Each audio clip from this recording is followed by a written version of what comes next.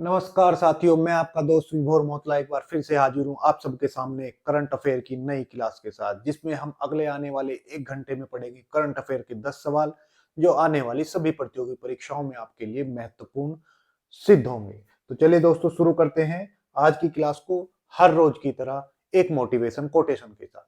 आज का motivation quotation आपके लिए।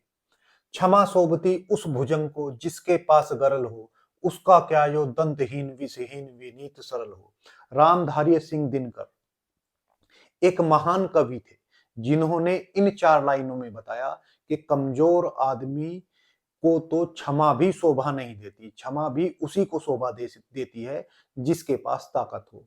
ये 4 लाइनें बताती हैं कि क्षमा शोभती उस भुजंग को, आखिर में कि क्षमा उसी सांप को शोभा देती है जिसके पास विष हो। अगर किसी सांप के पास विष ही नहीं होगा तो वो किसी को क्या क्षमा करेगा। तो दोस्तों, बहुत आवश्यक है इस जिंदगी में आपके पास ताकत हो। बिना ताकत के आप किसी को क्षमा करेंगे तो शायद हंसी का पात्र ही बनेंगे। और क्षमा करने के लिए जो हमें ताकत चाहिए, वो उसको पाने का सबसे आसान तरीका है शिक्षा। शिक्षा जो हमें ताकत देती है वो कोई और चीज नहीं देती। तो दोस्तों, पढ़ते रहिए और लगातार बढ़ते रहिए अपने लक्ष्य की ओर और ताकत को हासिल करने के ओर। तो चलिए शुरू करते हैं आज की क्लास को क्वेश्चन नंबर 1 के साथ। आज का पहला क्वेश्चन आपके लिए है, हाल ही में ग्लोबल एआई इंडेक्स में भारत ने कौन सा स्थान प्राप्त किया है। अभी दोस्तों क्या हुआ है, अभी एक कैलिफोर्निया यूएसए में, कैलिफोर्निया जो एक प्रांत है किसका, यूनाइटेड स्टेट ऑफ अमेरिका का, इसके एक प्रांत में कैलिफोर्निया में एक यूनिवर्सिटी है जिसे हम जानते हैं स्टैनफोर्ड विश्वविद्यालय के नाम से, विश्वविद्यालय के नाम से, यानी ये एक यूनिवर्सिटी है यूएसए की जिसका नाम है स्टैनफोर्ड यूनिवर्सिटी। अब ये यूनिवर्सिटी हर साल एक इंडेक्स निकालती है और उस इंडेक्स का नाम है ग्लोबल एआई वाइब्रेंसी इंडेक्स। और इस बार इन्होंने 2024 के लिए ये इंडेक्स निकाला है। ये इंडेक्स दिखाता है कि किस देश में एआई को लेकर क्या मान्यताएं हैं, कितना वो देश एआई के क्षेत्र में काम कर रहा है और वहां पर प्रतिस्पर्धा कितनी है एआई के लिए, कितनी वहां पर उसमें प्रतिभा है, कितनी रिसर्च और डेवलपमेंट होती है और कितनी आर्थिक गतिविधियां एआई को लेकर होती है। तो इसने जो इंडेक्स निकाला है उसमें यूएसए और चाइना के बाद यानी चीन के बाद भारत का स्थान आया है। भारत को तीसरा स्थान मिला है, किसके बाद, तो चाइना और यूएसए के बाद भारत को तीसरा स्थान मिला है।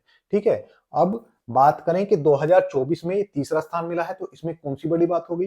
दोस्तों, बड़ी बात यह है कि 2023 में जब ये इंडेक्स आया था तो भारत की रैंक 7वीं थी, 7वीं रैंक पर भारत था, यानी 7वीं से सीधे तीसरी पर पहुंचा है अगले ही साल। तो ये एक बड़ी छलांग है। यूएसए जिसका नंबर 1 है, यूएसए नंबर 1 पर रहा है। और बात करूं इसके स्कोर की तो यूएसए ने सर्वाधिक 70.80 स्कोर प्राप्त किया है। वहीं बात करें चीन की तो आप देखिए पहले नंबर पर यूएसए है, दूसरे पर चीन, लेकिन दोनों के स्कोर में कितना अंतर है। ये जो नंबर 2 पर है इसने 31.95 स्कोर हासिल किया है। कितना स्कोर हासिल किया है, तो सॉरी 36.95 स्कोर इसने हासिल किया है। वहीं बात करें भारत की जिसने तीसरा स्थान प्राप्त किया है तो भारत नंबर 3 पर रहा है और भारत का स्कोर जो रहा है वो 21.59 रहा है। 21.59 भारत का स्कोर रहा है। तो भारत ने अभी जो ग्लोबल एआई वाइब्रेंसी इंडेक्स है उसमें तीसरा स्थान 21.59 स्कोर के साथ प्राप्त किया है। ठीक है, तो ये बात हुई किसकी, ये बात हुई इस इंडेक्स की। तो ये इंडेक्स है जिसमें यूएसए को पहला स्थान मिला है, चाइना को दूसरा स्थान मिला है और भारत को तीसरा स्थान मिला है। चलिए अब बात इंडेक्स की चल ही गई है, तो हम आज पिछले जो 2025 में कुछ इंडेक्स गुजरे उनके बारे में जान लेते हैं कि भारत की रैंक क्या रही। सबसे पहले जलवायु परिवर्तन सूचकांक, जलवायु परिवर्तन सूचकांक में भारत की रैंक क्या रही, यानी जलवायु को परिवर्तन करवाने वाले सूचकांक में, प्रदर्शन सूचकांक में भारत की रैंक कितनी थी, तो भारत की रैंक इसमें 10 थी। वहीं क्यूएस फ्यूचर इंडेक्स में, क्यूएस फ्यूचर स्किल इंडेक्स में भारत की रैंक कितनी है, तो स्किल इंडेक्स में भारत की रैंक, स्किल इंडेक्स में भारत की रैंक कितनी है, तो 25 भारत की रैंक है। कितनी है, तो 25 भारत की रैंक आई है। ये क्या हो गया। अच्छा, बात करें हेनले पासपोर्ट की। हेनले पासपोर्ट यानी विश्व में बाकी देशों की तुलना में भारत का पासपोर्ट कितना मजबूत है, तो इसकी रैंक 85 है। विश्व में 85वें स्थान पर भारत का पासपोर्ट आता है। बात करें global fire power, global fire power, fire power यानी सैन्य शक्ति में भारत का कौन सा स्थान है, तो भारत का स्थान चीन, यूएसए और रूस के बाद चौथा है। वहीं बात करें ग्लोबल टेररिज्म, ग्लोबल या आतंकवाद से पीड़ित देशों की सूची में कितना स्थान है, तो इसका स्थान कौन सा है, तो 14वां स्थान है। यानी आतंकवाद से पीड़ित देशों की सूची में हम 14वें स्थान पर आते हैं। इनोवेशन इंडेक्स में, यानी हम नया कुछ कितना कुछ करते हैं, तो उसमें हमारी रैंक 39 है। यानी नया हम कितना डेवलप करते हैं, इनोवेट करते हैं, उसमें हमारी रैंक कितनी है, 39 ही हमारा वर्ल्ड कॉम्पिटिटिव इंडेक्स में है। कॉम्पिटिटिव इंडेक्स में हमारी रैंक कितनी है, तो वहां पर भी हमारी रैंक 39 है। उसके बाद अगर मैं बात करूं हंगर इंडेक्स, यानी भुखमरी सूचकांक में, भुखमरी सूचकांक, भुखमरी सूचकांक में हमारी रैंक कितनी है, तो भुखमरी सूचकांक में हमारी रैंक 105 है। यानी 105वें नंबर पर हम भुखमरी हंगर इंडेक्स में आते हैं। वहीं शांति सूचकांक यानी पीस इंडेक्स में, शांति सूचकांक में हमारी कितनी रैंक है, तो 116वें स्थान पर हम आए हैं शांति सूचकांक में। उसके बाद बात करें हम press freedom index, press freedom या प्रेस स्वतंत्रता सूचकांक में हमारी रैंक क्या है, तो हम 162वें स्थान पर आते हैं। हमारे यहाँ पर प्रेस जो है, मीडिया कितनी स्वतंत्र है, उसमें हम 162वें स्थान पर आते हैं। यानी 161 देश हमारे यहाँ से आगे हैं। ठीक है। अगर बात करें हम ह्यूमन डेवलपमेंट इंडेक्स HDI में हमारी रैंक कितनी है, तो 134 हमारी ह्यूमन डेवलपमेंट इंडेक्स में रैंक है। लैंगिक असमानता में, लैंगिक असमानता में हमारी रैंक कितनी है, तो इसमें 108 हमारी रैंक है। लैंगिक असमानता में कौन से नंबर पर है हम, 108वें नंबर पर। और खुशहाली में हम 128वें स्थान पर है। खुशहाली में हम कौन से स्थान पर हैं, तो सॉरी 126वें स्थान पर हम खुशहाली में हैं। ठीक है। भ्रष्टाचार में हम 93वें स्थान पर हैं। ठीक है, 93वें स्थान पर हम भ्रष्टाचार में। तो ये कुछ रैंक जो आपकी परीक्षा से दृष्टि से महत्वपूर्ण थी, मैंने इनको रिवाइज करा दिया। अब बात आई है यूएसए की, तो यूएसए के बारे में हम कुछ जान लेते हैं। चलिए, यूएसए यहाँ पे है भारत, और भारत से अगर हम पश्चिम में चलते हैं, तो पश्चिम में 2 महाद्वीप पड़ते हैं। एक है ये हमारा ये वाला महाद्वीप है उत्तरी अमेरिका, उत्तरी अमेरिका, और नीचे वाला जो महाद्वीप है इसको हम दक्षिणी अमेरिका के नाम से जानते हैं, दक्षिण अमेरिका के नाम से जानते हैं। जो आप अमेरिका देश सुनते हैं वो देश अलग है, ये महाद्वीप है। महाद्वीप को भी 2 हिस्सों में बांटा गया है। ऊपर वाला हिस्सा हमारा उत्तरी अमेरिका और नीचे वाला दक्षिणी अमेरिका महाद्वीप। अब जो ये उत्तरी अमेरिका महाद्वीप है, इसमें एक देश है ये वाला, जिसको हम किस नाम से जानते हैं, जिसको हम जानते हैं अमेरिका के नाम से। ये हो गया हमारा USA, United state of America. अब इसके नीचे एक देश है, ये देश है जिसका नाम है मैक्सिको। क्या है इसका नाम? मैक्सिको। और मैक्सिको की राजधानी मैक्सिको सिटी है। और मैक्सिको और यूएसए के बीच में एक नदी है जो प्राकृतिक रूप से अमेरिका की और मैक्सिको की सीमा बनाती है, और उस नदी का नाम है रियो डी ग्रांडे नदी। रियो डी ग्रांडे ये नदी है जो दोनों देशों के बीच में सीमा बनाती है। यहाँ पर जो आपको खाड़ी दिख रही है, इसको हम बोलते हैं मैक्सिको की खाड़ी। मैक्सिको की खाड़ी, ठीक है। अगर मैं बात करूं इसके उत्तर में, तो इसके उत्तर में एक देश है जिसका नाम है कनाडा, और जिसकी राजधानी क्या है? ओटावा। कनाडा के बारे में हम जानते हैं कि विश्व का वो देश जिसकी सबसे लंबी सीमा समुद्र से साझा होती है, यानी जिसकी तट रेखा विश्व में सबसे अधिक है, उसका नाम है कनाडा, जो यूरेनियम उत्पादन में भी वर्ल्ड में दूसरा स्थान रखता है।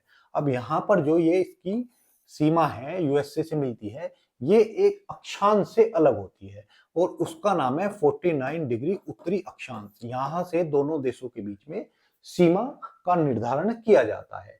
इसके बाद इन दोनों की सीमाओं पर 5 लेक हैं जिन्हें हम 5 ग्रेट लेक के नाम से जानते हैं। 5 महान झीलों के नाम से हम जानते हैं। ये 5 झीलें यहाँ पर हैं, ठीक है। ये 5 झीलें हैं जिनको हम 5 ग्रेट लेक के नाम से जानते हैं। कई बार एग्जामिनर आपसे पूछता है कि इन्हें पश्चिम से पूर्व या पूर्व से पश्चिम की तरफ अरेंज कीजिए या इनको क्रम में लगाइए। तो यहां से हम अगर पश्चिम से शुरू करें, वेस्ट से, तो वेस्ट में सबसे पहली जो झील पड़ेगी उसका नाम है सुपीरियर। क्या नाम है? सुपीरियर। उसके बाद पूर्व में चलेंगे तो अगली झील होगी, उसका नाम है मिशिगन। और उसके बाद मिशिगन के बाद जो अगली झील आती है उसका नाम है ह्यूरॉन। ह्यूरॉन, फिर इरी, और फिर ओंटेरियो। ये 5 झीलें जो अमेरिका और कनाडा की सीमा पर पड़ती हैं। इसमें से ये जो मिशिगन झील है वो पूर्ण रूप से यूएसए में है, पूरी तरह से यूएसए में स्थित है। बाकी 4 झील दोनों देशों के अंदर शामिल है। उसके बाद बात करूं मैं अमेरिका की राजधानी क्या है? वॉशिंगटन है। वॉशिंगटन, वॉशिंगटन डीसी, और जो पोटोमैक नदी के किनारे है। पोटोमैक नदी के किनारे है, ठीक है। अमेरिका में 50 क्या है? राज्य हैं, ठीक है। यहाँ की जो संसद है उसे किस नाम से जाना जाता है? तो यहाँ की संसद को हम कांग्रेस के नाम से जानते हैं, ठीक है। किस नाम से जानते हैं? कांग्रेस के नाम से जानते हैं। उसके बाद मैं बात करूं यहाँ की सबसे ऊंची चोटी कौन सी है, तो यहाँ के जो 50 राज्य है इनमें से एक राज्य यहाँ पर स्थित है, यानी कनाडा के पश्चिम में एक राज्य है जिसका नाम है अलास्का। क्या नाम है? अलास्का। और अलास्का यहाँ पर क्षेत्रफल की दृष्टि से सबसे बड़ा राज्य है। इस अलास्का में एक चोटी है जिसका नाम है माउंट डेनाली, और यह यूएसए की सबसे ऊंची चोटी है। यूएसए की सबसे ऊंची चोटी जिसका नाम है माउंट डेनाली। अगर बात करूं यहाँ का सबसे निचला बिंदु कौन सा है, तो यहाँ का सबसे निचला बिंदु उसका नाम है मृत घाटी। क्या है? मृत घाटी। और ये मृत घाटी जो है ये कहाँ पर स्थित है? तो ये मोजावे मरुस्थल में स्थित है। मोजावे मरुस्थल, अगर आपसे कोई पूछे मोजावे मरुस्थल कहाँ पर है, तो यूएसए में है। इसके बाद अगर मैं बात करूं यहाँ पर यहाँ की सबसे लंबी नदी कौन सी है, तो यहाँ की सबसे लंबी नदी है मिसौरी। मिसौरी नदी यहाँ की सबसे लंबी नदी है। और ये किसकी सहायक नदी है? तो ये इसकी सहायक नदी है मिसिसिपी। और ये जो मिसिसिपी इसकी सहायक नदी है ये कहाँ पर गिरती है? ये मैक्सिको की खाड़ी में अपना डेल्टा बनाती है। और ये विश्व की एकमात्र नदी है जो पक्षी के पंजे के आकार का डेल्टा बनाती है। डेल्टा वो स्थान होता है जब नदी समुद्र में मिलने वाली होती है लेकिन ढलान कम होने के कारण उसकी गति कम हो जाती है। यानी जब गति कम हो गई तो वो अपने अवसाद रेत मिट्टी कंकड़ को छोड़ने लगती है, और उसकी छोड़ने की वजह से वहां पर उसके रास्ते में अवरोध आ जाता है। और उस अवरोध के कारण जो नदी एक बहाव में बह रही थी, अब अवरोध आ गए यहाँ पर, तो वो अपने वितरिकाओं में बट जाती है, यानी छोटी छोटे नालिकाओं में बटकर समुद्र में मिलती है और जो ये संरचना बनती है उसको हम डेल्टा कहते हैं। इस डेल्टे की संरचना मिसिसिपी नदी की कैसी है? पक्षी के पंजे के आकार की है, जो अंतरिक्ष से देखने में लगती है। ठीक है, तो ये हुआ हमारा अमेरिका के बारे में पूरी जानकारी। यहाँ की सबसे लंबी पर्वतमाला कौन सी है? यहाँ की सबसे लंबी पर्वतमाला है रॉकी। रॉकी पर्वतमाला यहाँ की सबसे लंबी पर्वतमाला है। तो ये पूरी जानकारी आपको बारे में कहां से हो गई? अमेरिका से। तो ये था हमारा क्वेश्चन नंबर 1। अब रिवीजन के क्वेश्चन देख लेते हैं। रिवीजन का क्वेश्चन पहला है, हाल ही में किस राज्य के सुदूर जिले में 16 अगस्त 2025 को इसरो ने स्पेस लैब का उद्घाटन किया है? इसरो जो भारत की अंतरिक्ष एजेंसी है, इसरो, और इसकी स्थापना कब हुई थी? स्थापना कब हुई थी आप मुझे कमेंट बॉक्स में लिखकर बताएंगे। इसका मुख्यालय है कहां पर है? तो इसका मुख्यालय बेंगलुरु में है। बेंगलुरु में इसका मुख्यालय है। बात करें इसका उद्घाटन कहां पर हुआ है, तो इस क्वेश्चन का आंसर होगा अरुणाचल। अरुणाचल प्रदेश में इसका उद्घाटन हुआ है। ठीक है। हाल ही में टॉप ब्रांड 2025 की वैश्विक सूची में किस ब्रांड ने पहला स्थान हासिल किया है? तो माइक्रोसॉफ्ट ने यह स्थान हासिल किया है। हाल में सिलीनेक्स, सिली आए तो बोले तो श्रीलंका, SL से श्रीलंका, IN से इंडिया, तो भारत और श्रीलंका के बीच होने वाला अभ्यास है। हाल ही में 2025 की ब्रांड फाइनेंस फुटबॉल 50 रिपोर्ट के अनुसार कौन सा फुटबॉल क्लब दुनिया का सबसे मूल्यवान क्लब घोषित हुआ है? तो इसका नाम है रियल मैड्रिड। रियल मैड्रिड जो क्लब है वो कहां का है? ये सबसे महंगा क्लब है। अब क्वेश्चन नंबर 2 की ओर बढ़ चलते हैं। क्वेश्चन नंबर 2 जो परीक्षा की दृष्टि से बहुत महत्वपूर्ण है। चलिए, हाल ही में क्या हुआ है? हाल ही में यूनेस्को ने लुप्त प्राय पारंपरिक कलाओं और शिल्पों को किस सूची में शामिल किया है? जैसा कि हम जानते हैं, जो यूनेस्को है, इसकी बैठक, जो इसकी 20वीं बैठक है किसकी? अमूर्त धरोहर की। अमूर्त धरोहर, इसकी जो 20वीं बैठक है वो कहां पर आयोजन हुआ? तो लाल किले दिल्ली में इसका आयोजन हुआ। लाल किले दिल्ली में आयोजन हुआ। मैंने आपको कुछ दिन पहले ही बताया था कि लाल किले दिल्ली में अमूर्त धरोहर की साइट में भारत की दीपावली को भी शामिल किया गया है और अब भारत के पास 16 अमूर्त धरोहर हो चुकी हैं जो यूनेस्को में शामिल हैं। तो अभी इसकी कहां पर हुई है? दिल्ली में इसकी बैठक का आयोजन किया गया है। ठीक है, कब से कब तक? तो 8 दिसंबर से 13 दिसंबर तक इसमें इसको आयोजित किया गया। अब इसके आयोजन में जो यूनेस्को है उसने क्या किया है? जो हमारी पारंपरिक परंपराएं हैं, रीति रिवाज हैं, त्योहार हैं, उनको क्या किया है? उनको एक लिस्ट में डाला है और उस लिस्ट का नाम है तत्काल सुरक्षा सूची। यानी उनको तुरंत संरक्षित करने की आवश्यकता है। ऐसा क्यों किया गया है? क्योंकि जैसे जैसे हमारे समाज में बदलाव आ रहा है तो हम बहुत से रीति रिवाजों को छोड़ते हुए आगे चल रहे हैं।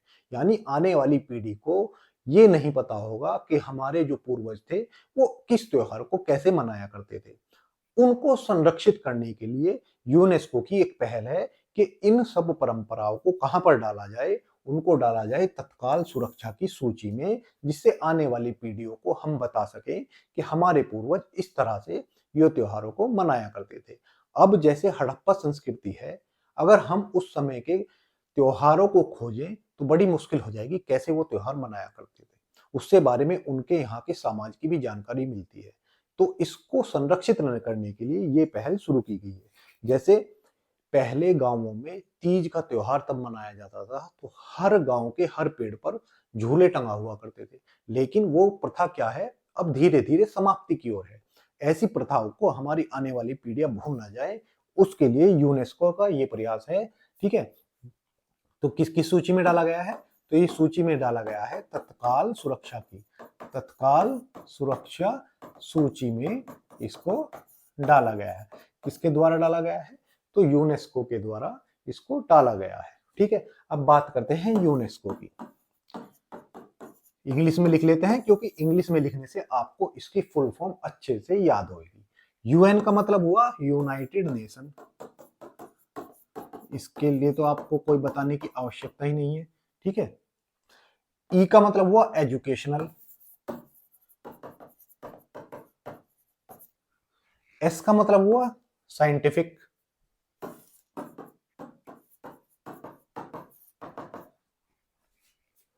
सी का मतलब हुआ कल्चरल, और ओ का मतलब हुआ ऑर्गेनाइजेशन। ये एक ऑर्गेनाइजेशन है जो साइंटिफिक, एजुकेशनल और कल्चरल सभी चीजों को अपने अंदर समाहित किए हुए है। बात करें इसकी स्थापना की कि इसकी स्थापना कब हुई, तो इसकी स्थापना 16 नवंबर 1945 को हुई थी, ठीक है। और इसका वर्तमान में जो मुख्यालय है वो कहां पर है, तो इसका मुख्यालय है पेरिस। पेरिस कहां पर है, तो ये फ्रांस की राजधानी है और सीन नदी के किनारे स्थित है। सीन नदी के किनारे स्थित शहर है पेरिस। अगर बात करूं इसके अध्यक्ष की कि वर्तमान में इसके अध्यक्ष कौन हैं, तो यूनेस्को के अध्यक्ष हैं वर्तमान में आंद्रे एजोले। आंद्रे एजोले इसके वर्तमान अध्यक्ष हैं, ठीक है। और यूनेस्को के बारे में हम क्या याद रख सकते हैं, तो यूनेस्को के बारे में हम याद रख सकते हैं क्या क्या बातें, तो हम याद रख सकते हैं यूनेस्को की दो सूचियां होती हैं। एक होती है मूर्त धरोहर जिस, और एक होती है अमूर्त। अमूर्त धरोहर में अभी मैंने आपको बताया भारत की 16 साइटें शामिल हैं, और 16वीं यानी नवीनतम इसकी साइट जो भारत की शामिल हुई है वो दीपावली का त्योहार इसमें शामिल किया गया है, जो भारत की 16वीं साइट है। बात करें मूर्त धरोहर की, जो भारत की कितनी साइटें हैं, तो 44 विश्व धरोहर सूची में शामिल है। विश्व धरोहर जो 44 साइटें हैं उनमें से 3 हिस्सों में इनको बांटा जाता है। पहली 35, 7 और 1। जो ये 35 हैं ये हमारी सांस्कृतिक साइट है, 7 हमारी प्राकृतिक साइट है, और 1 हमारी मिश्रित साइट है जिसका नाम है कंचनजंगा। और कंचनजंगा कहां पर है, तो ये हमारे सिक्किम में, सिक्किम का राष्ट्रीय उद्यान है। क्या है, राष्ट्रीय उद्यान। अभी IUCN ने भी इस कंचनजंगा को, जो हमारा IUCN है, उसने इसे किस सूची में डाला है, तो गुड़ की सूची में डाला है। तो भारत का एकमात्र साइट जो IUCN ने गुड़ की सूची में डाली है वो कौन सी है, तो वो हमारी कंचनजंगा नेशनल पार्क है। तो ये था हमारा क्वेश्चन नंबर 2। अब मैंने आपको यूनेस्को ने जो अभी किया है सांस्कृतिक, उनको लिख कर भी दिया है। इसमें शिलालेख और सांस्कृतिक महत्व की नए हाइलाइट्स किए गए तत्वों में से जो सबसे महत्वपूर्ण है वो है बोरिंडो पाकिस्तान।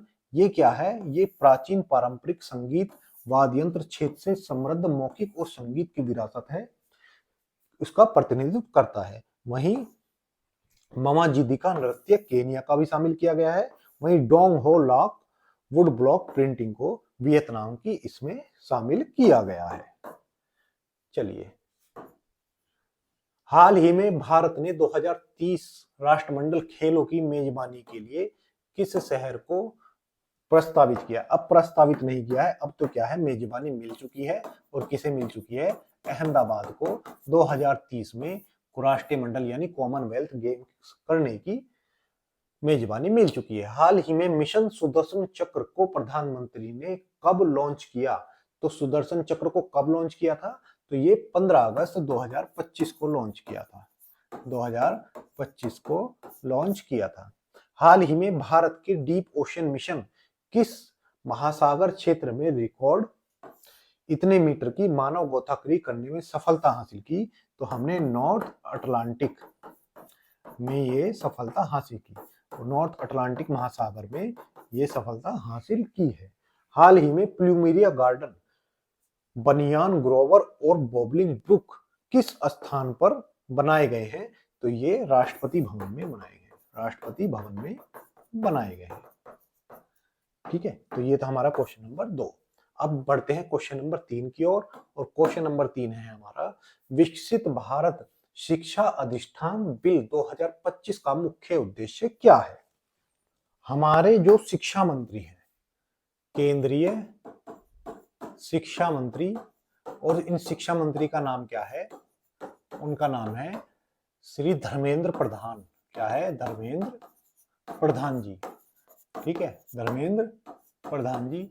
अब इन्होंने घोषणा की है या इन्होंने एक बिल पेश किया है, बिल प्रस्तुत किया है, प्रस्तुत किया है कहां पर? संसद में। और इस बिल का नाम है उच्च शिक्षा। इस बिल का नाम है, ये बिल किसके लिए पेश किया गया है? तो उच्च शिक्षा के लिए, उच्च शिक्षा के लिए एक सिंगल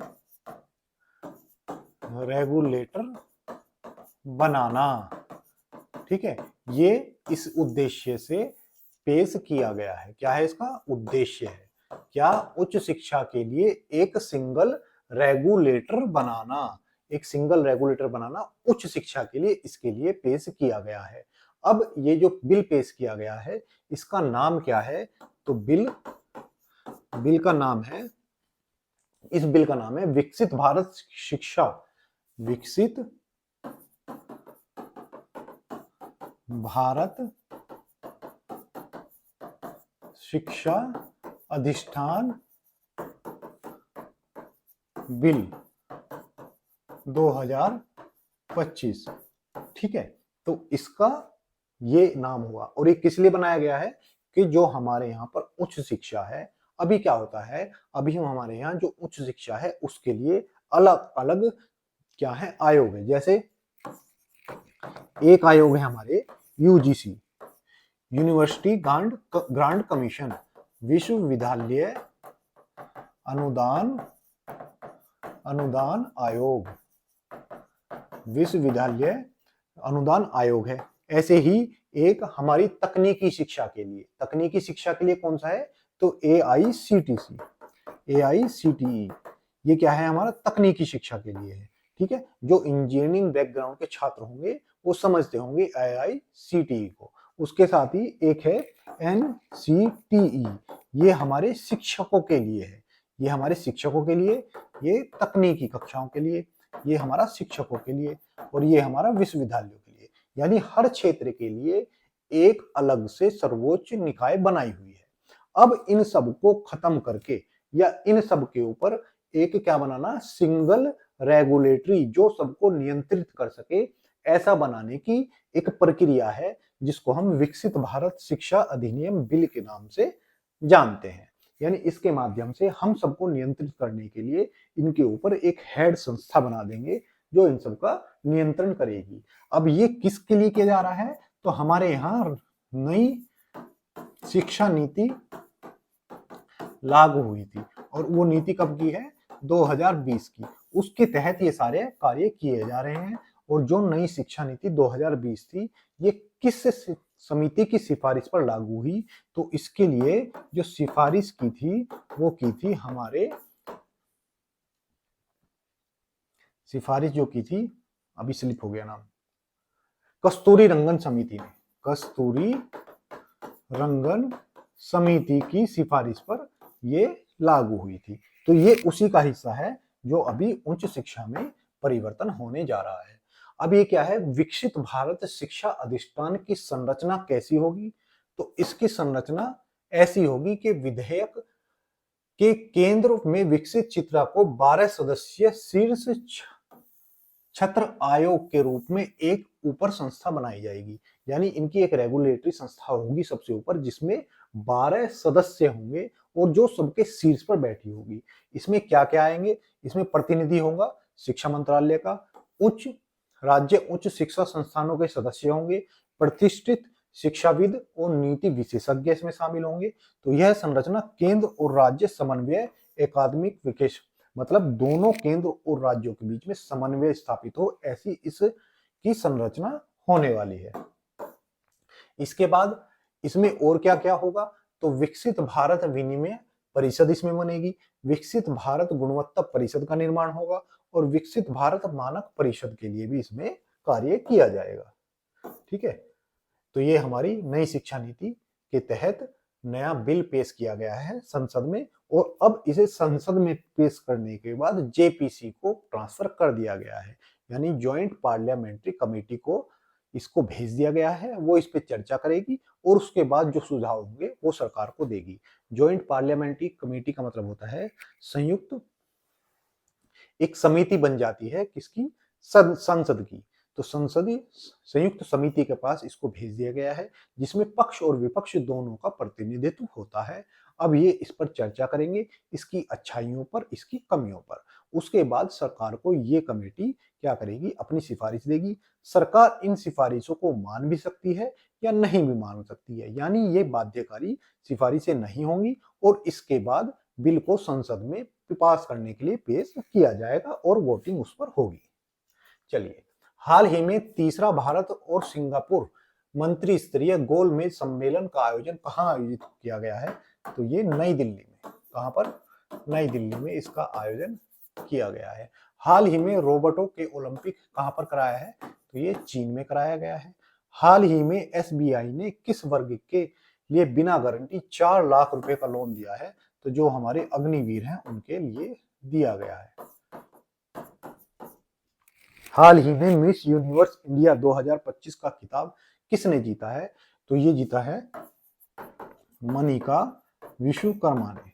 मनिका विश्वकर्मा ने ये खिताब हाल ही में जीता है।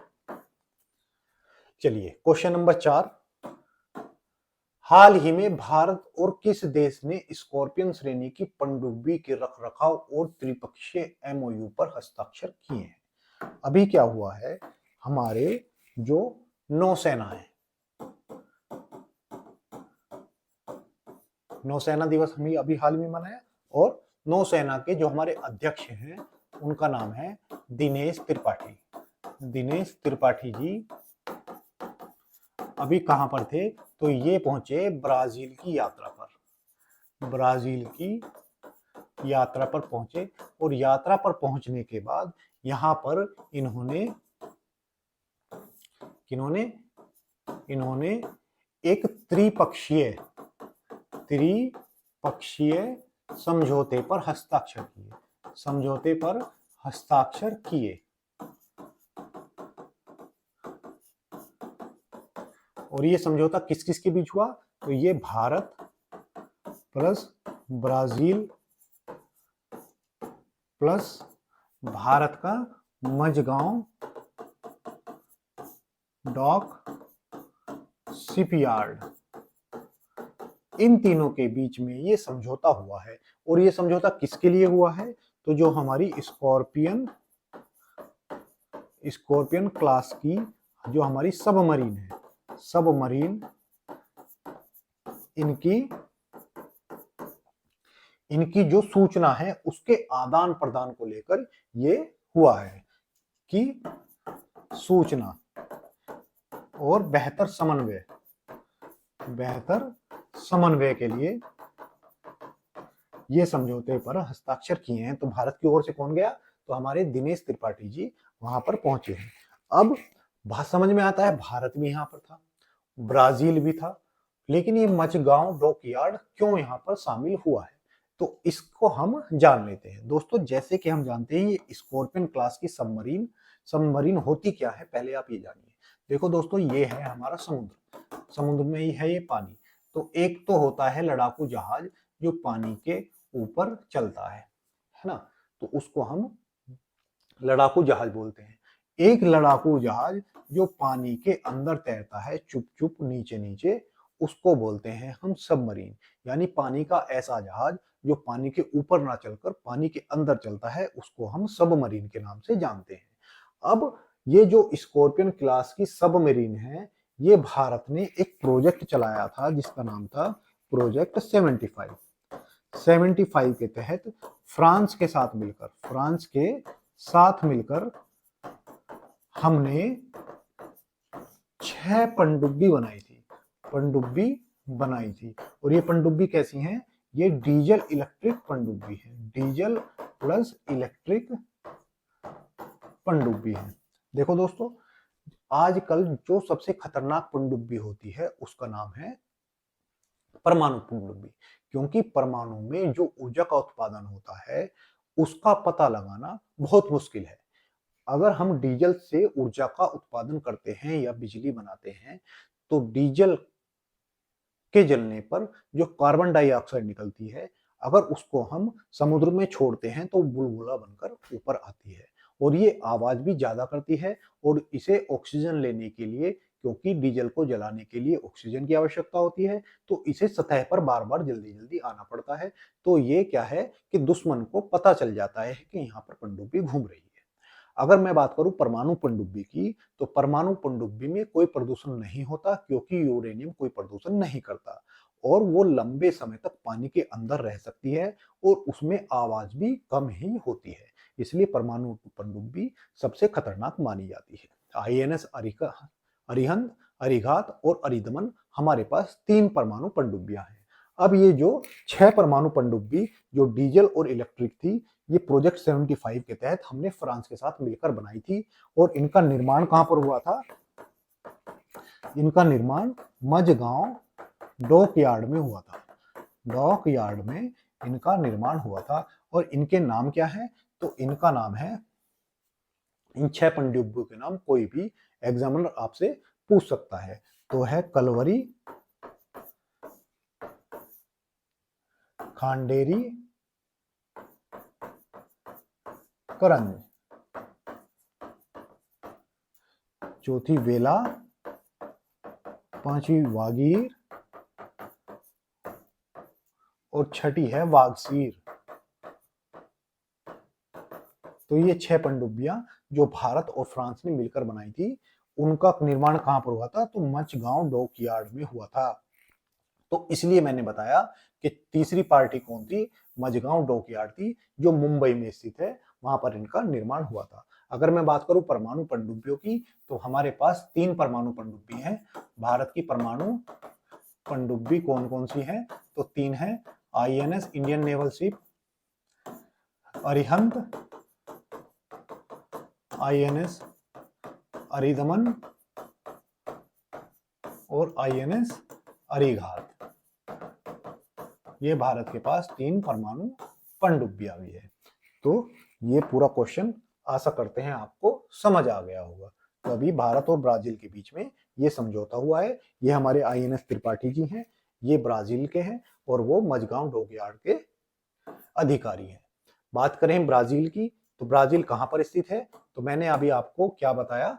उत्तरी अमेरिका और दक्षिण अमेरिका। इसी उत्तरी अमेरिका में ये आपको सबसे बड़ा पिंक कलर में एक देश दिख रहा होगा और इसी का नाम है ब्राजील।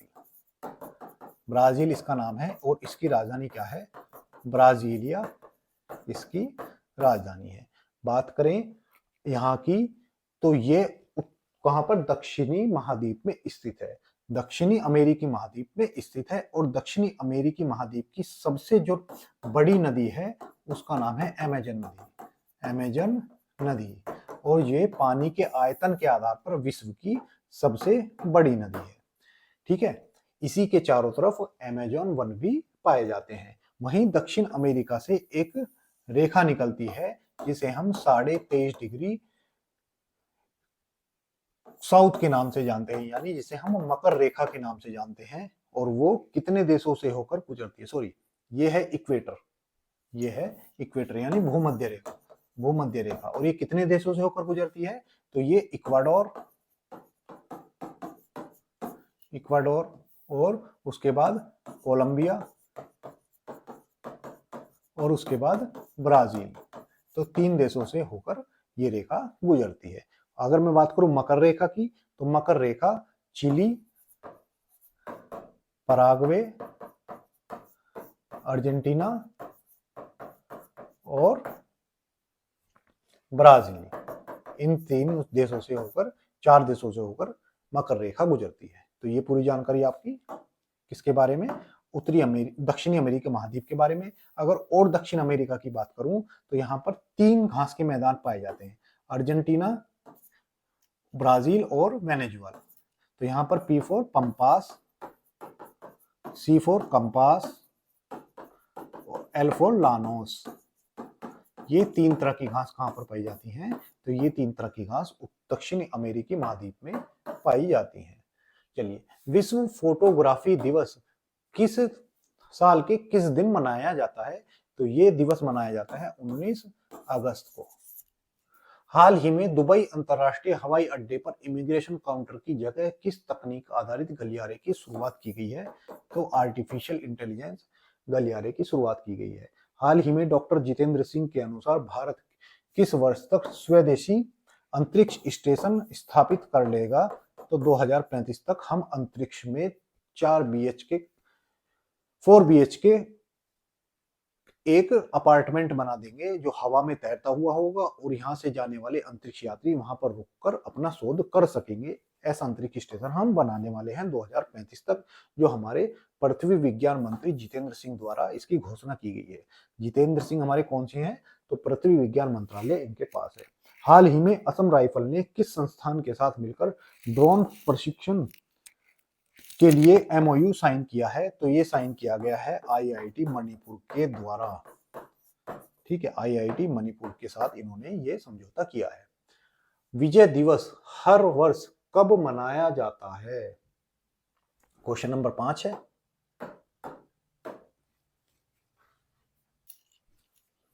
दोस्तों बात है 1971 की, 1971, और दिन था 16 दिसंबर। 1971 में जिस दिन था 16 दिसंबर। ये तारीख किस लिए प्रसिद्ध है? जिसमें हमने पाकिस्तान को तोड़कर क्या बनाया था? बांग्लादेश का निर्माण किया था। बांग्लादेश का निर्माण किया था। पहले क्या था? बांग्लादेश, जो आज का बांग्लादेश है, वो पहले पूर्वी पाकिस्तान के नाम से जाना जाता था और दोनों पर एक ही सरकार राज्य करती थी। यानी भारत का जब 1947 में विभाजन हुआ तो भारत ने पाकिस्तान 2 टुकड़ों में बनाया। एक हमारे पश्चिम में जिसे आज का पाकिस्तान कहा जाता है और वहीं एक हमारे पूर्व में जिसे आज बांग्लादेश के नाम से जाना जाता है। लेकिन 1971 में जब हमारे यहाँ पर शरणार्थियों का संकट शुरू हुआ तो हमने कार्रवाई करते हुए, सैन्य कार्रवाई करते हुए उस समय पाकिस्तान के 2 टुकड़े किए और बांग्लादेश को 1971 में आजादी दिलाई। इस आजादी दिलाने में पाकिस्तान ने 13 दिन में भारतीय सेना के सामने क्या किया? घुटने टेक दिए, घुटने टेक दिए। अब ये 1971 में जो 13 दिन में ये घुटने टेके गए, इसमें लगभग 93,000 पाकिस्तानी सैनिकों ने क्या किया? आत्मसमर्पण किया। और इस 16 दिसंबर को इनके जो जनरल थे उन्होंने इस आत्मसमर्पण पर क्या किया? हस्ताक्षर किया। तो इस दिन को उस समय से हम किस तौर पर मनाते हैं? तो विजय दिवस के रूप में मनाते हैं। विजय दिवस के रूप में इस दिन को हम मनाते हैं। तो कब है? 16 दिसंबर को है। तो दोस्तों आज वही बांग्लादेश जो एहसान फरामोश हो चुका है और भारत को धमकी देता है कि वो भारत के जो नॉर्थ ईस्ट राज्य हैं, 7 सिस्टर राज्य हैं, उनको भारत से तोड़ देगा। दरअसल ये सारी लड़ाई मानसिकता की है। पाकिस्तान, जो पूर्वी पाकिस्तान उस समय पे कहा जाता है, आज बांग्लादेश कहा जाता है, उसकी मानसिकता ऐसी ही है जैसी पहले थी। सिर्फ ये है अभी बातें खुलकर सामने आ रही हैं। ऐसा मैं क्यों कह रहा हूं? मैं इसलिए ऐसा कह रहा हूं क्योंकि बांग्लादेश की किताबों में 1971 के युद्ध को आज भी माना जाता है कि वो उन्होंने स्वयं जीता है। यानी भारत का उसमें योगदान बिल्कुल हाशिए पर है। वो कहते हैं कि ये सब लड़ाई उन्होंने खुद ही जीती है कि हमारी मुक्ति वाहिनी थी और हमने अपनी इंडिजीनियस स्ट्रगल को खुद लड़ा और खुद ही यहाँ से पाकिस्तान को मार भगाया। वही पाकिस्तान जिसका दुलारा आजकल बांग्लादेश हुआ बैठा है, जो उस पाकिस्तान ने इन पर इतने अत्याचार एक समय पर किए थे कि भारत को सैन्य कार्रवाई करनी पड़ी थी। लेकिन उन सबको ना मानते हुए बांग्लादेश कहता है कि ये उनकी खुद की लड़ाई थी और उन्होंने खुद जीती थी। जबकि सच्चाई ये है, जब पाकिस्तान से बांग्लादेश या पूर्वी पाकिस्तान अलग होने की बात करने लगा तो पाकिस्तान ने इसका बड़ा ही क्रूर तरीके से जवाब दिया। और ये क्रूर इतना जवाब था कि उन्होंने एक ऑपरेशन लॉन्च किया और उसका नाम था ऑपरेशन सर्चलाइट। और उस सर्चलाइट ऑपरेशन में उन्होंने आज के बांग्लादेश में लगभग 20 से 30 लोगों को मारा और यहाँ पर एक बात ध्यान देने की यह है कि उन 20 से 30 लाख लोगों में से 80% लोग बांग्लादेशी हिंदू लोग थे। यानी यह जो कार्रवाई चल रही थी वो सिर्फ बांग्लादेश के लोगों के खिलाफ ना होकर वहां पर जो माइनॉरिटी में लोग थे, जो अल्पसंख्यक लोग थे हिंदू, उनके खिलाफ की गई। उसके बाद भारत ने इंटरवेंशन किया और पाकिस्तान को घुटने टेकने पर मजबूर किया। लेकिन आज तक हमें ये बात नहीं बताई जाती कि यह लड़ाई उनकी हिंदुओं के खिलाफ थी। भारत ने जो किया वो पाकिस्तान को उस समय करारा जवाब था और भारतीयों को लगा कि शायद अब हिंदुओं का जो उत्पीड़न है वो बंद हो जाएगा। लेकिन 1971 के बाद भी यही कार्यक्रम जारी रहा। यह बात इसलिए सिद्ध हो जाती है क्योंकि अगर मैं उसके बाद के आंकड़े देखूं तो 1971 में जहां बांग्लादेश में हिंदुओं की संख्या 13% थी, वो आज घटकर 8% रह गई है। यानी हिंदुओं का पलायन और उत्पीड़न आज भी वहां उसी दौर में जारी है जैसा 1971 के दौर में हुआ करता था। चलिए, बाकी ये तो एहसान फरामोश है, ऐसे ही करते रहेंगे। चलिए, उसके बाद अब हम देखते हैं दिसंबर में जो महत्वपूर्ण दिवस गुजरे हैं उनके बारे में। तो 1 दिसंबर को हम 3 दिवस आपको याद कराए थे, जिनमें से एक का नाम था एड्स दिवस, दूसरे का नाम था बीएसएफ डे, बीएसएफ स्थापना दिवस, और तीसरे का नाम था नागालैंड स्थापना दिवस। तो ये तीनों दिवस 1 दिसंबर को मनाए जाते हैं। वहीं 2 दिसंबर को राष्ट्रीय प्रदूषण नियंत्रण दिवस मनाया जाता है। राष्ट्रीय प्रदूषण नियंत्रण दिवस मनाया जाता है। उसके बाद आती है 4 दिसंबर की तारीख, और 4 दिसंबर को हम नौसेना दिवस मनाते हैं। नौसेना दिवस हम मनाते हैं। कब मनाते हैं? तो 4 दिसंबर को हम नौसेना दिवस मनाते हैं। 5 दिसंबर को हम विश्व मृदा दिवस के रूप में मनाते हैं। विश्व मृदा दिवस कब मनाते हैं?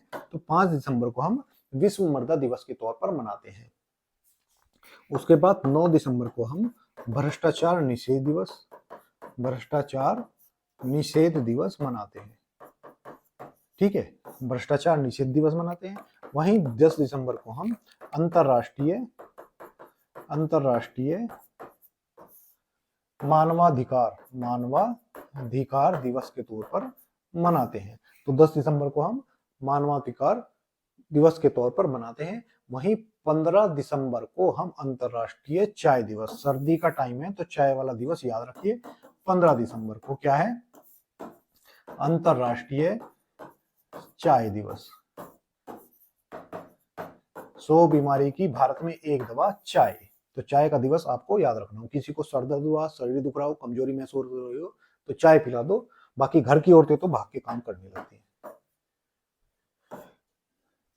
विश्व फोटोग्राफी दिवस हर साल किस दिन मनाया जाता है? अच्छा, ये दोबारा से लग गया क्या? चलिए, दोबारा लग गया एक बार। क्वेश्चन नंबर 6 हाल ही में भारत की पहली वन्य जीव सुरक्षित सड़क किस राष्ट्रीय राजमार्ग पर विकसित की गई है? अभी क्या हुआ है, एक राष्ट्रीय राजमार्ग है जो कहां पर है? मध्य प्रदेश में एक नेशनल हाईवे है,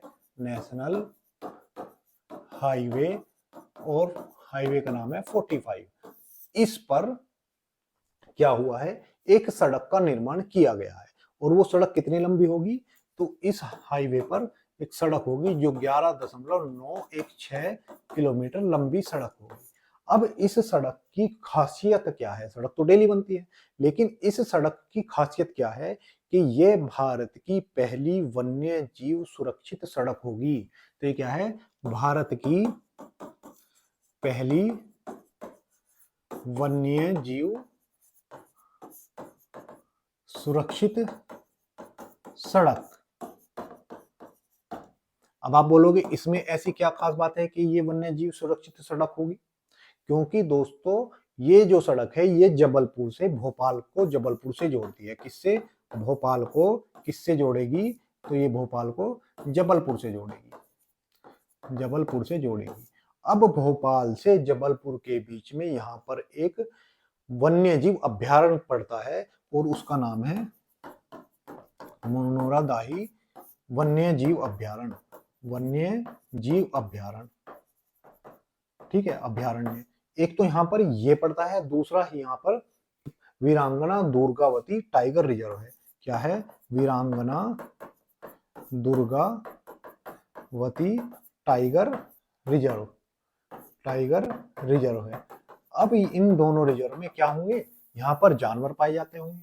अब जब जानवर पाए जाते हैं तो यहाँ पर ऐसी सड़क का निर्माण करना था जिससे जानवरों के और वाहनों के बीच में टक्कर ना हो सके। तो इसका उद्देश्य क्या है? उद्देश्य है मानव और जानवर टक्कर को खत्म करना, टक्कर को खत्म करना, या मानव की जगह वाहन भी लिख सकते हैं, वाहन और जानवर की टक्कर को खत्म करना या कम करना, इस उद्देश्य से बनाई गई है। इसकी विशेषता क्या है? इस सड़क की विशेषता अगर पूछें तो ये भारत की पहली सड़क होगी जिसमें टेबल टॉप रेड रोड मार्ग का, table top red road cross मार्ग का क्या किया गया है? प्रयोग किया गया है। यानी इस सड़क में टेबल टॉप रेड रोड मार्ग का क्या लिया गया? सहायता ली गई है। अब ये होती कैसी है ये भी देख लीजिए। ये देखिए, ये सड़क है, इसमें लाल कलर के ये धब्बे बनाए गए हैं दोनों तरफ। क्यों? क्योंकि ये कलर वो है जो आदमी को मजबूर कर देता है कि वो गाड़ी की स्पीड धीमा कर ले। ठीक है, बाकी येलो और ब्लैक कलर के अलावा या व्हाइट कलर के अलावा ये कलर ऐसा है कि जो आदमी को मजबूर करता है कि वो अपनी गति को कम करे, जिससे कि मानव और जानवर के बीच में टक्कर ना हो सके या वाहन और जानवर के बीच में टक्कर ना हो सके। वहीं यहाँ पर लगभग 8 फीट के खंबे चारों तरफ रोड के लगाए गए हैं जिससे जानवर इसमें एंट्री ना कर सके, और इसमें बहुत सारे ऐसे पास बनाए गए हैं जहां से जानवरों का आवागमन था। तो आवागमन के लिए यहाँ पर अंडरपास का निर्माण किया गया है जिससे जानवरों को रोड क्रॉस करने में कोई परेशानी की बात न हो, और इसमें लगभग 122 करोड़ की लागत लगने वाली है सरकार की। यहीं पर एमपी के बारे में मध्य प्रदेश की बात आई है तो मध्य प्रदेश को भी यहाँ देख लेते हैं। एमपी मध्य प्रदेश, जिसकी राजधानी क्या है? तो राजधानी भोपाल है। यहाँ के सीएम मोहन यादव, एम से मध्य प्रदेश और एम से मोहन यादव। ठीक है, बात करें यहाँ के राज्यपाल की तो यहाँ के मंगूभाई छगन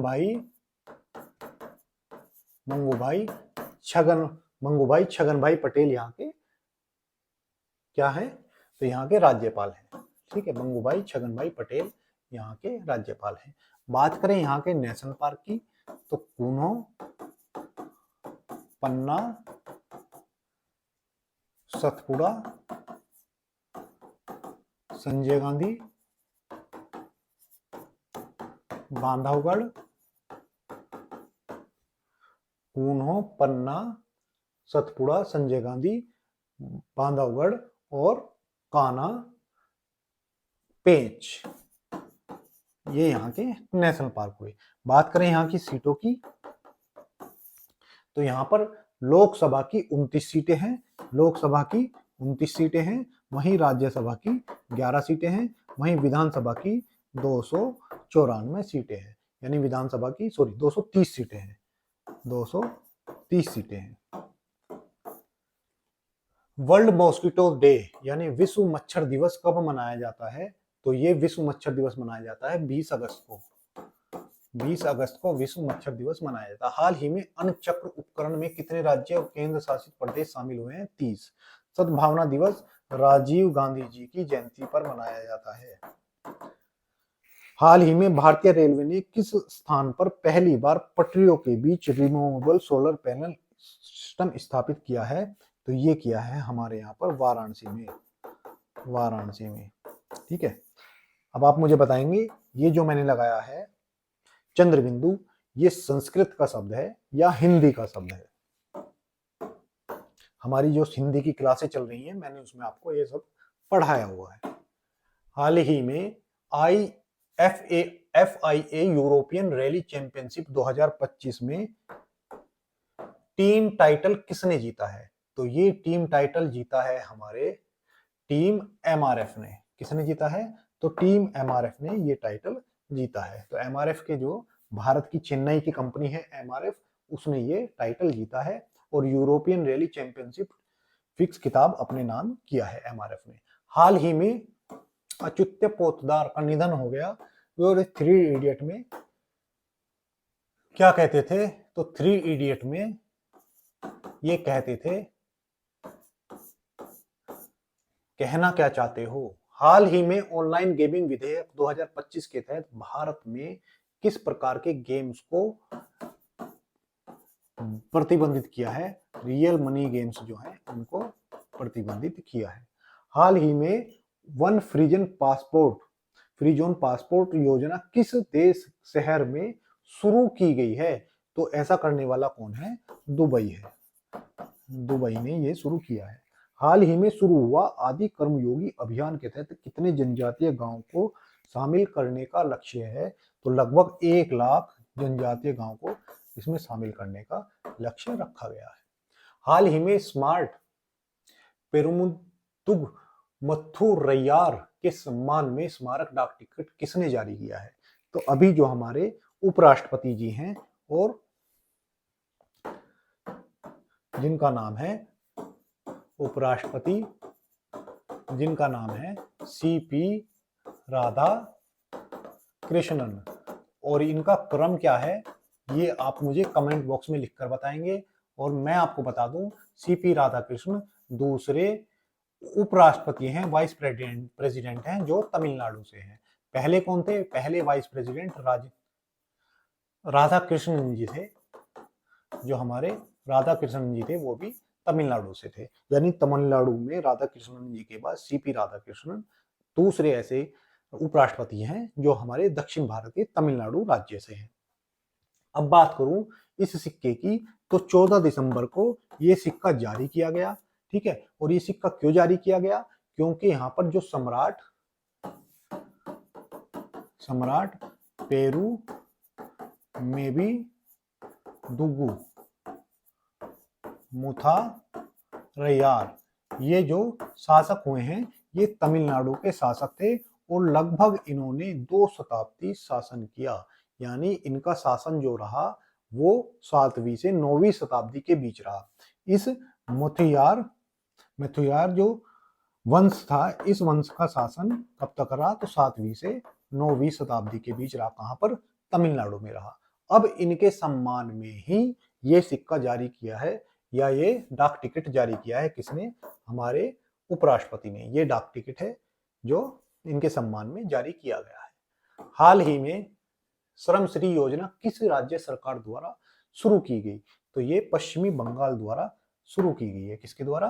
तो वेस्ट बंगाल द्वारा शुरू की गई है। हाल ही में जलालाबाद नगर का नाम बदलकर नया नाम क्या रखा जाएगा? तो इसका नाम रखा जाएगा परशुरामपुरी। परशुरामपुरी इसका नाम रखा जाएगा। हाल ही में 18वें अंतर्राष्ट्रीय पृथ्वी विज्ञान ओलंपियाड में भारत के किस छात्र ने 2 पदक जीते हैं? तो 2 पदक जीतने वाले रेयांश गुप्ता जी हैं। क्या हैं? तो रेयांश गुप्ता जी ने 2 पदक जीते हैं। हाल ही में भारत ने किस देश के साथ समुद्री सहयोग बढ़ाने हेतु संयुक्त कार्य समूह का गठन किया है? तो ये हमने किया है सऊदी अरब। सऊदी अरब के साथ ये किया है। क्वेश्चन नंबर 9, हाल ही में भारत ने पहली बार किस खेल का विश्व कप जीता है? तो भारत ने अभी स्क्वैश का विश्व कप जीता है। पहली बार क्या जीता है? पहली बार स्क्वैश विश्व कप जीता है। विश्व कप जीता है। अब आप बोलोगे ये कहाँ जीता है? तो इसका आयोजन हुआ, जो विश्व कप का आयोजन हुआ था चेन्नई में। चेन्नई तमिलनाडु में इसका आयोजन हुआ है। ठीक है, इसका आयोजन चेन्नई तमिलनाडु में हुआ है और पहली बार भारत ने ये खिताब जीता है। भारत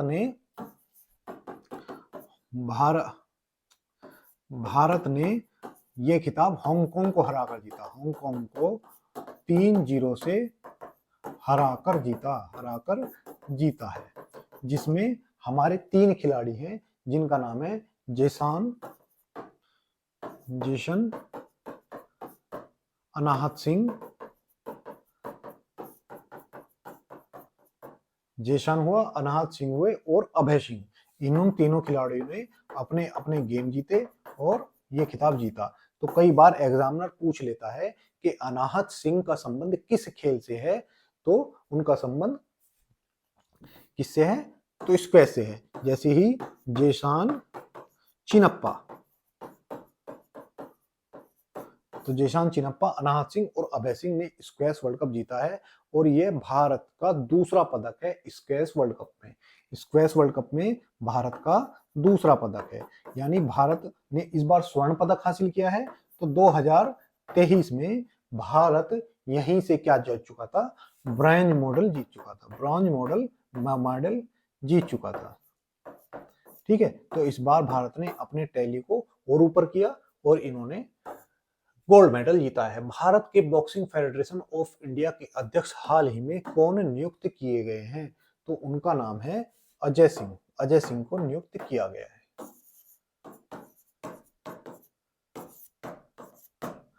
हाल ही में भारत का हिंदी माध्यम में MBBS की पढ़ाई करने वाला पहला मेडिकल कॉलेज किस शहर में खोला गया, तो ये जबलपुर MP में खोला गया। जबलपुर, जहाँ के लिए मैंने आपको हाईवे बताया, वहीं के लिए ये खोला गया। हाल ही में फिडे महिला शतरंज विश्व कप 2025 किसने जीता, तो ये हमारी दिव्या देशमुख ने जीता। दिव्या देशमुख जी इसको जीत गई हैं।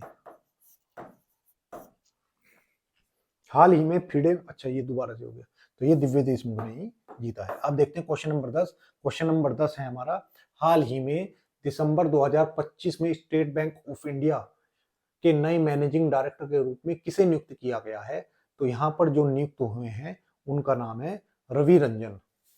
रवि रंजन जी को नियुक्त किया गया है, SBI के हेड के तौर पर नियुक्त किया गया है। तो ये हैं रवि रंजन जी, जो SBI के अभी हेड बने हैं। ये था हमारी आज की क्लास। आशा करते हैं आपको हमारे ये प्रयास पसंद आया होगा। अगर पसंद आया है तो वीडियो को लाइक करें और चैनल को सब्सक्राइब करें। आज के लिए इतना ही, धन्यवाद।